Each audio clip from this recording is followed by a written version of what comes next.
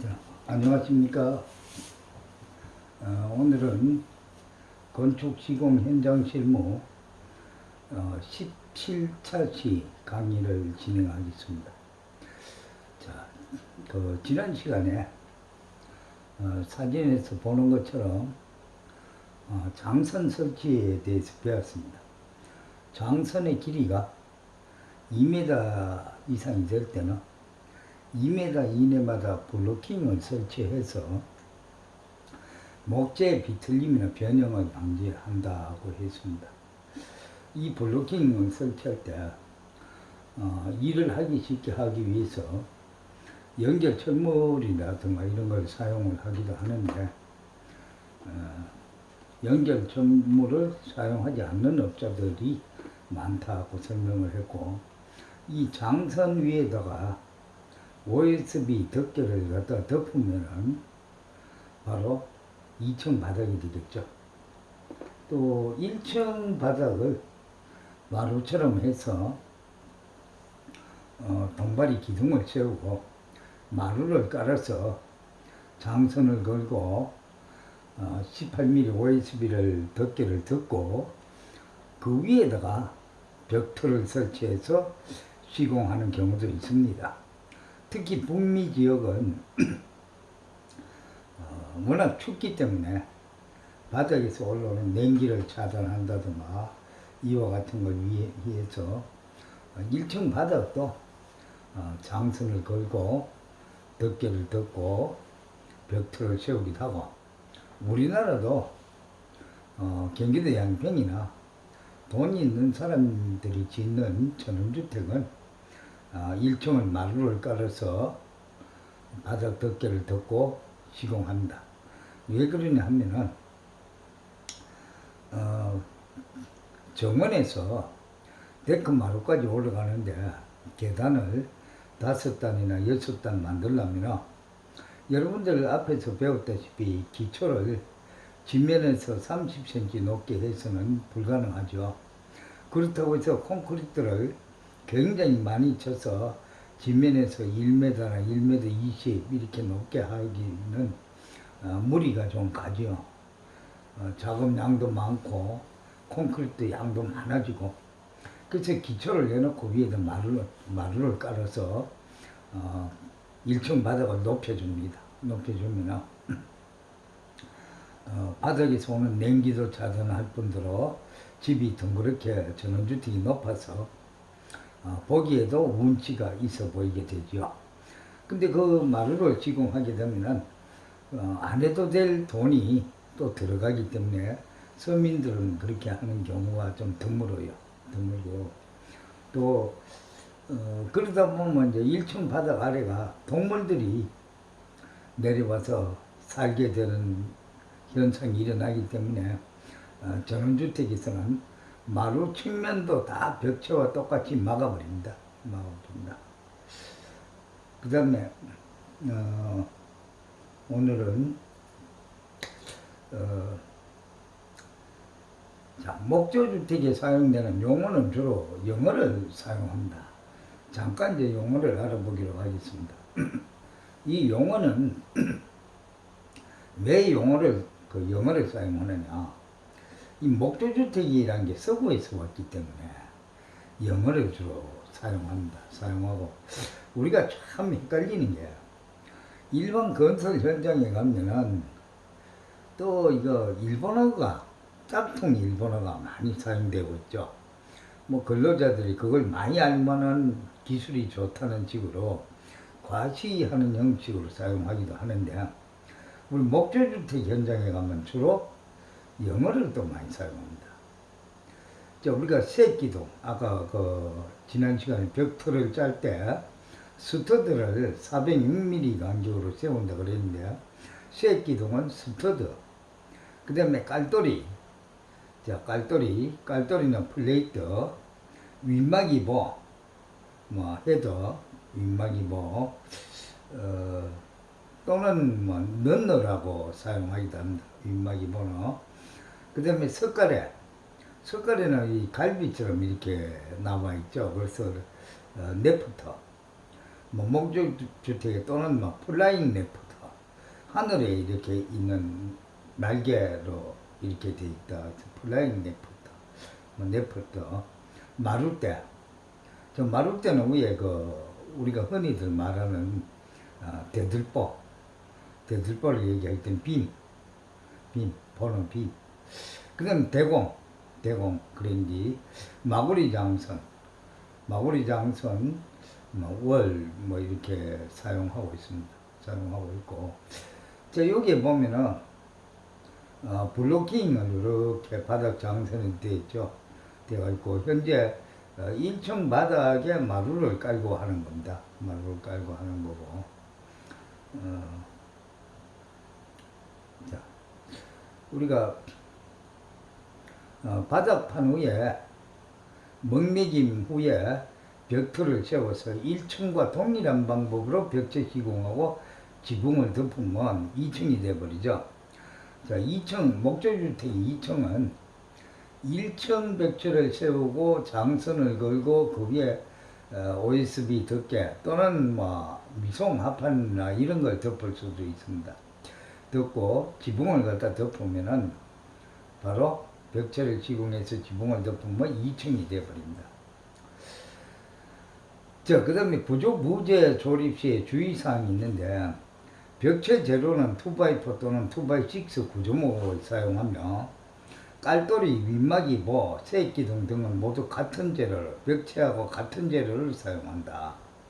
우리가 목조주택의 외부 벽체는 2x6로 하고 내부의 칸막이는 2x4로 한다고 했습니다. 벽체 높이는 도면상의 층고와 반자 높이를 감안하여 결정한다. 반자 높이는 방바닥에서 천장 높이를 얘기하죠. 우리가 보통 아파트나 빌라는 방바닥에서 천장 하단면까지가 2350입니다. 주로. 근데 목조주택이라든가 이런 전원주택은 2500이 넘어야 돼요. 아파트나 빌라처럼 2350이나 2400 정도 하면은 집이 상당히 답답해 보입니다. 그래서 한 2500 정도. 그 다음에 조립은 네일링, 이제 못 박는 거, 사용되는 못은 타전기를 이용할 경우에는 90mm 아연도금 못을 사용하고, 또 망치를 해서 박을 때는 일명 꽈배기 못이라고 해서 못이 나선형으로 이렇게 생겼습니다. 아연 못을 사용합니다. 그 다음에 OSB 부착 시에는 벽체일 경우에 48에 11T 두께 1220에 2440짜리 두께 11mm짜리 또는 뭐 초창기에 우리 목조주택은 전부 다 18mm를 썼어요. 18T를 부착하여 30mm 이상의 피스나 나선형 못으로 부착합니다. 뭐 일반 64타카나 경우에 따라서는 뭐 작업 빨리 하려고 F30타카라든가 이런 걸 박는데, 벽체에 붙이는 OSB는 구조체 보강용이기 때문에 나사못이나 또는 다전기로 못을 박아야 합니다. 그 못의 간격은 30cm 이내 간격으로 박아야 합니다. 세우기는 토대와 정확하게 일치되도록 제일 밑에 우리 콘크리트 기초 위에 실러를 깔고 토대를 세운다 그러는데, 토대하고 딱 맞아야 되죠. 토대하고 뭐 안 맞아서 토대가 한쪽을 튀어나오고 이렇게 되면 안 되죠. 그래서 현재 이게 화면에 보이는 게 2층 바닥을 미송 합판으로 깔았죠. 자, 2층인 경우 바닥판 시공 후에 1층과 같은 방법으로 그대로 먹을 놓고 또 벽틀을 세우면 됩니다. 벽틀을 세우고 난 뒤에 가시에 또는 버팀대로 전도방지 시설을 해야 한다. 이걸 안 하면은 게을리 하게 되면은 앞뒤로 넘어지거나 옆으로 해서 자굴되거나 이렇게 넘어지죠. 넘어지면 작업자들이 다치게 돼 있죠. 벽이 넘어가면. 간혹 이것을 소홀히 하여 안전사고가 발생하기도 합니다. 가채는 쇠기둥과 쇠기둥 또는 장선과 장선을 대각선으로 연결하여 자굴 방지를 하는 부재를 갖다 우리가 가채라고 한다고 했습니다. 가채는 잠깐 우리가 또 칠판을 한번 보면은 벽틀을 우리가 이렇게 짜서 세우겠죠. 이렇게 벽틀을 쭉 짜서 세우면 가채라면은 45도 방향으로 여기서부터 각재를 대서 못을 갖다가 전부 다 박아주는 거죠. 이때 못 박는 거는 못대가리가 한 1cm 정도 밖으로 나와 있어야 돼요. 5mm나 1cm 정도. 왜 그러냐면 이거는 수직을 다 잡고 고정할 때 OSB가 어느 한쪽 면에 붙어버리면 가시가 필요 없죠. 안 움직이니까. 그러면 이거를 이 가시라는 부재는 좀 빼줘야 돼요. 나중에. 그러니까 빼기 쉽게 못의 머리가 5mm나 10mm 정도 살아가고 있어요. 다 박아버리면 안 된다. 다 박아버리면 빼기가 아주 나쁘죠. 그렇게 해서는 안 된다. 이렇게 박는 걸 우리가 가채라고 합니다. 그 다음에 저 1층 벽틀을 다 세우고 난 뒤에 가설비계 및 내부 말비계를 설치하는 등 고소작업에 대한 안전시설을 해야 됩니다. 우리가 고소작업이라 하면 높이 2m 이상 작업을 하는 것을 그 고소작업이라고 합니다. 높이 2m 이상 높이에서 작업하는 거. 자, 40cm 이상 안전 발판을 설치하고 우리가 발판과 발판 그 사이 틈새 간격은 3cm 이내로 하고 발판 바닥에서 100mm 이상 발끝마기 판을 설치해야 하고 높이 120cm 상부 난간대 그 다음에 중간에 한 60cm 쯤에 중간 난간대를 설치해서 근로자가 안전하게 또 승강할 수 있는 사다리 또는 승공로를 설치해 줘야 합니다. 모든 근로자는 개인 보호구를 착용하고 그러니까 개인 보호구를 하면은 안전모, 안전화, 안전대 이걸 착용하고 특히 고소작업자는 안전대를 착용하고 안전대 거리 시설 및 추락 방지 시설을 반드시 해야 합니다. 우리가 가설 비용 조금 아끼려고 사다리를 A형 사다리를 두 군데 세워놓고 그 위에 각재를 갖다 걸쳐놓고 하는 사람들도 있는데 그렇게 하다가 떨어져서 다치게 되면은 그 책임 한계가 어디까지 있느냐. 특히 우리 그 건축 시공 분야는 무조건 여러분들이 작업하다가 다치면 산재보험이 적용되는 줄 아는데 우리 산재보험 적용 기준이 2천만 원 이상 공사 현장에는 임의가입, 그러니까 가입해도 되고 안 해도 됩니다. 4천만 원 이상은 의무가입이라고 해서 무조건 가입을 해야 되고 가입을 안 했더라도 근로자가 안전사고가 났을 때 진단서를 끊어서 근로복지공단에 가면은 산재 처리를 해주고 복지공단에서 구상금 청구를 합니다. 그런데 문제는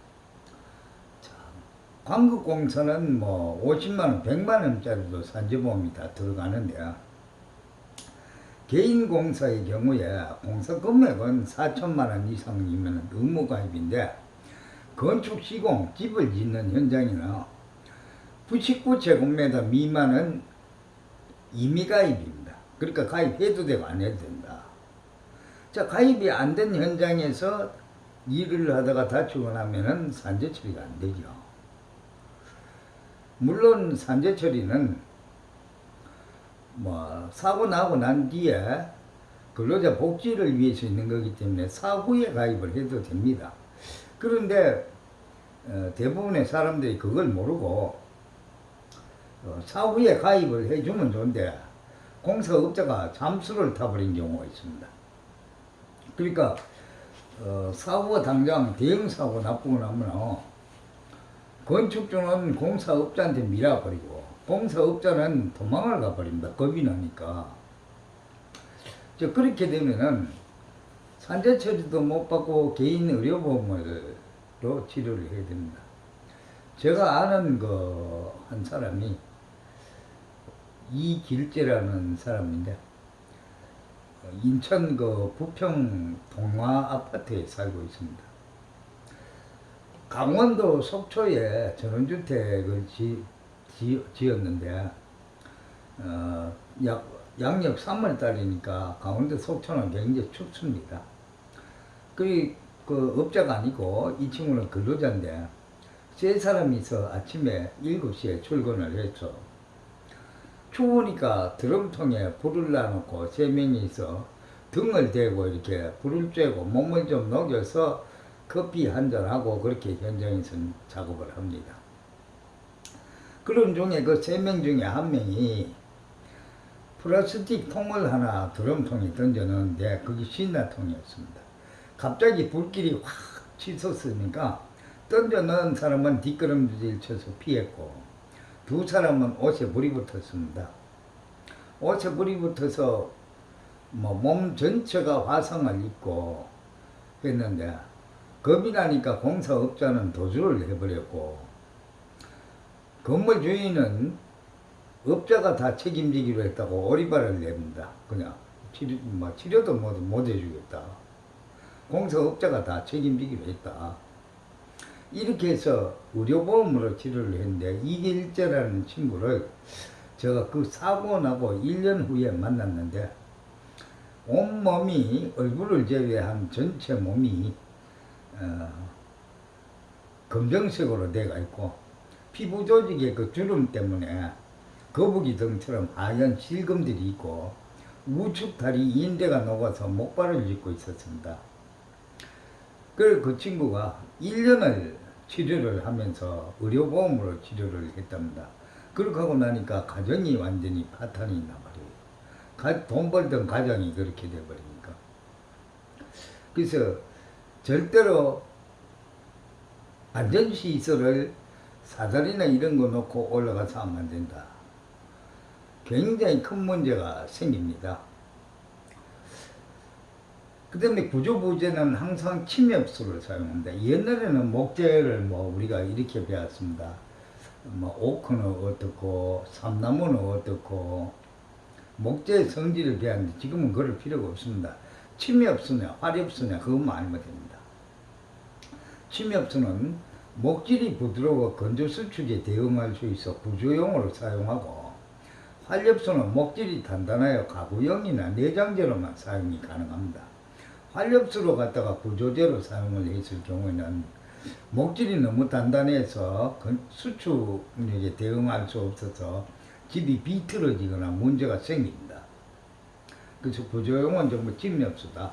그 다음에 목재의 성질을 알 필요가 없는 것이 지금은 그 구조목이라는 그 재료들이 전부 다 스팀으로 쪄서 인공건조를 시키면서 목재의 그 수액을 다 빼버렸습니다.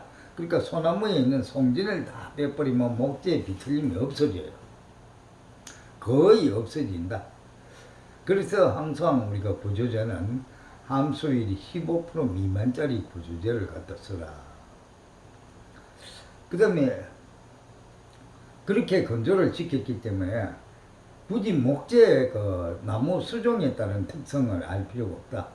침엽수냐 활엽수냐 또 내장재도 전부 인공건조로 시킨 거죠. 그래서 목재 수액을 다 빼버리고 그렇기 때문에 큰 문제가 없다. 그 다음에 지붕공사. 지붕은 장선 설치 후에 OSB 부착 전에 지붕공사를 완료하는 것은 공사 중 비가 오면은 OSB가 수분을 흡수하여 공사 완료 후까지 제대로 건조되지 않아 벽체에 곰팡이가 필수가 있습니다. 그래서 장선 설치 후에 OSB 붙이기 전에, 그러니까 벽체 OSB도 붙이지 않고 패드를 세우고 버팀대를 세우고 가스를 설치하고 그 다음에 바닥에 장선 위에 OSB 덮개만 붙여놓고 지붕공사를 해야 합니다. 지붕공사를 완료하고 그 다음에 벽체에 OSB를 외부부터 붙입니다. 왜 그러냐면 미리 OSB를 붙여놓으면 지붕공사 완료되기 전에 비가 오면 OSB라든가 이런 판재에 물이 흡수되면 쉽게 빨리 건조가 되질 않습니다. 그러면 나중에 그 수분이 남아있다가 벽체에 곰팡이도 필 수가 있고, 또 현장에 가면 보양을 다 합니다. 특히 그 목구조 중에서 한옥은 100% 천막을 준비해 놓고 합니다. 특히 우리 국산 소나무는 비가 맞아 보면 청태락하는 10% 이끼가 끼게 되는데, 나중에 샌딩기나 사포질을 해도 없어지질 않습니다. 그래서 반드시 비가 오면 목재가 비가 맞지 않도록 덮어야 하는데, 목조주택 현장에도 지금은 뭐 현재는 덮는 사람도 있긴 있습니다. 업자들이 비가 오면. 근데 대부분의 소규모 공사업자들은 덮질 안 합니다. 왜? 덮는 것도 천막도 준비해야 되고 인력도 소요가 돼야 되고 그렇기 때문에. 그 건물 주인들이 비 맞아도 괜찮으냐 하면은 목재는 비가 맞아도 상관이 없습니다. 이렇게 하는데, 덮는 게 원칙입니다.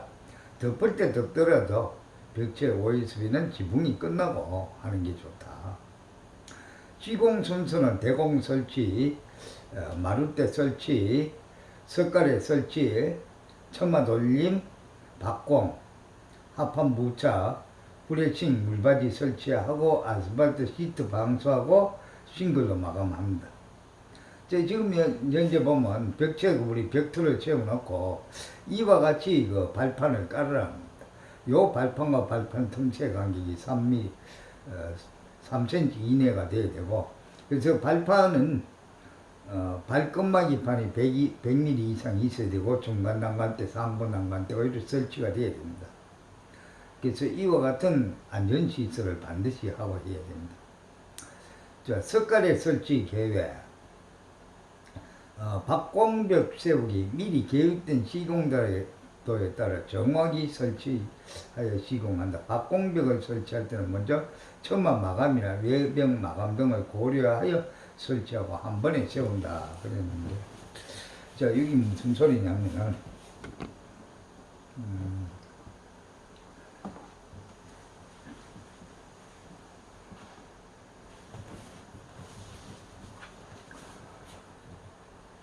우리가 벽체를 기초 위에 이렇게 설치를 하고 탑 플레이트가 있고 또 이쪽에도 벽체가 이렇게 있게 됩니다. 이렇게 되고, 그 다음에 깔돌을 한 개 더 까는 경우도 있고, 석가래가 창문이나 이런 것 때문에 스터드 위에 수직으로 딱딱 석가래가 얹혀야 되는데 그렇지 못한 경우가 생기기 때문에 깔돌이를 하나 보강하는 차원에서 더 깐다고 했어요. 업자에 따라서 경우에 서 깔돌이는 안 까는 경우도 있습니다. 안 깐다고 해서 406mm 간격 때문에 그 석가래 때문에 거기가 쳐지지는 않습니다. 그 다음에 마구리 장선이 이렇게 설치가 되고 나면 위에 장선을 이렇게 또 걸게 됩니다. 장선은 항상 짧은 칸막이 벽 사이가 짧은 간격으로 짧은 그 방향으로 장선을 건다 그랬습니다. 장선을 걸고 나면 대공이 이렇게 세워집니다. 대공. 자, 대공의 이 높이는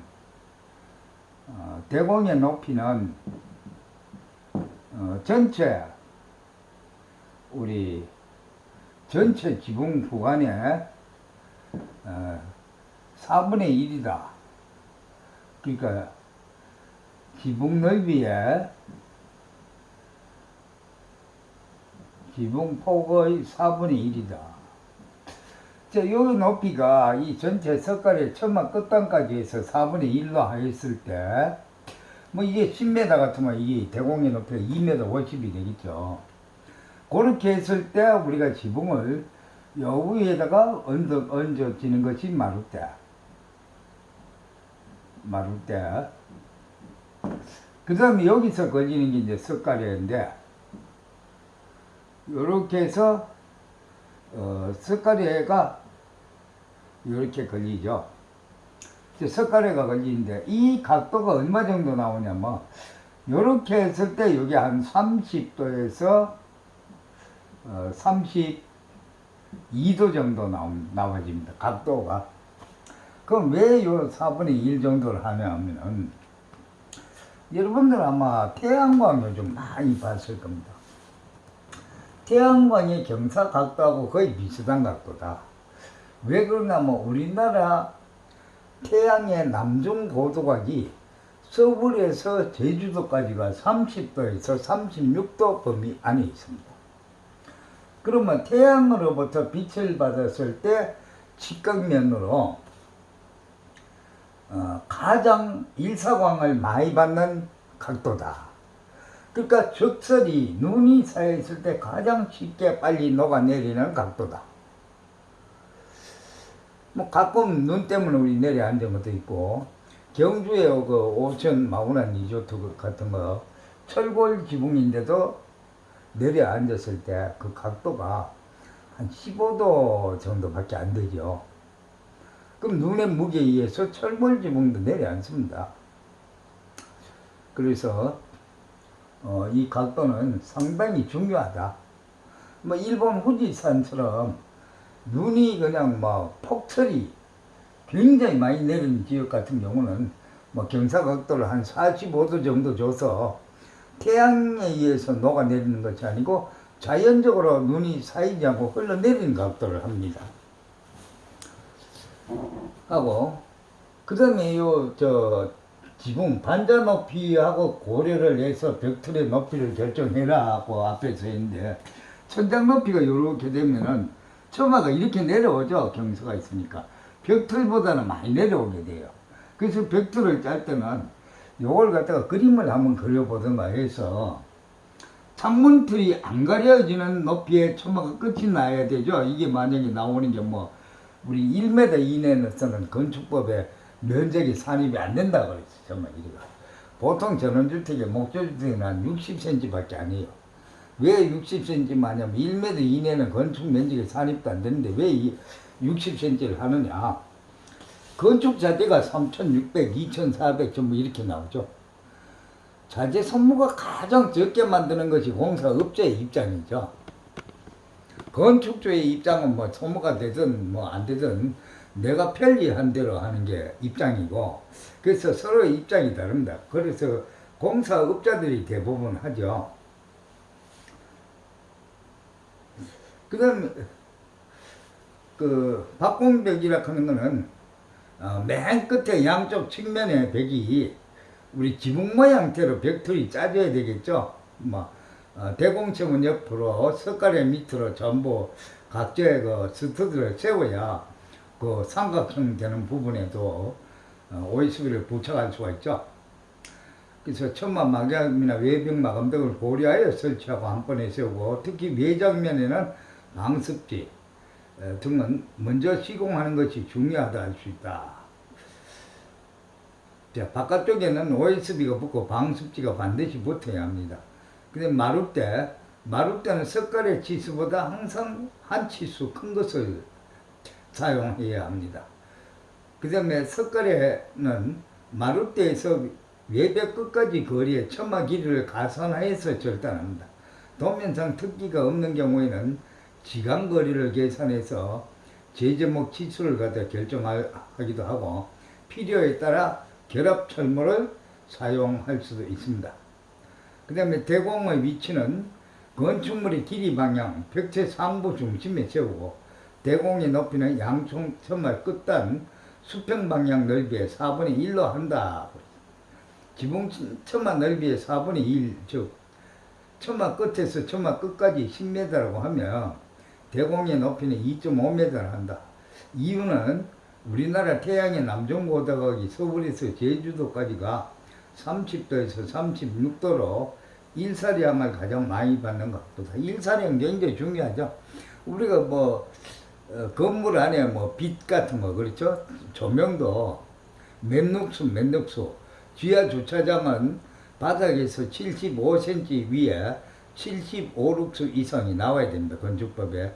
이 룩수라는 게 뭐냐면 태양의 그 바깥에 AM 1.5일 때 대기질량 1.5일 때 그 태양의 조도 방사량 태양광의 광선의 방사량을 우리 천으로 계산해서 모든 전기의 조명의 뭐 눅수라든가 조도라든가 전선의 굵기까지도 전부 그걸 비례해서 우리가 계산을 하고 있습니다. 자, 오늘은 여기까지 해서 17차시 강의를 마치겠습니다. 그 다음 다음 시간에 제가 시간 관계상 조금 부족하게 설명을 했는데 그 지붕에 대한 거를 또 빠진 부분을 다시 한번 설명을 하도록 하겠습니다. 수고했습니다. 다음 시간에 뵙도록 하겠습니다.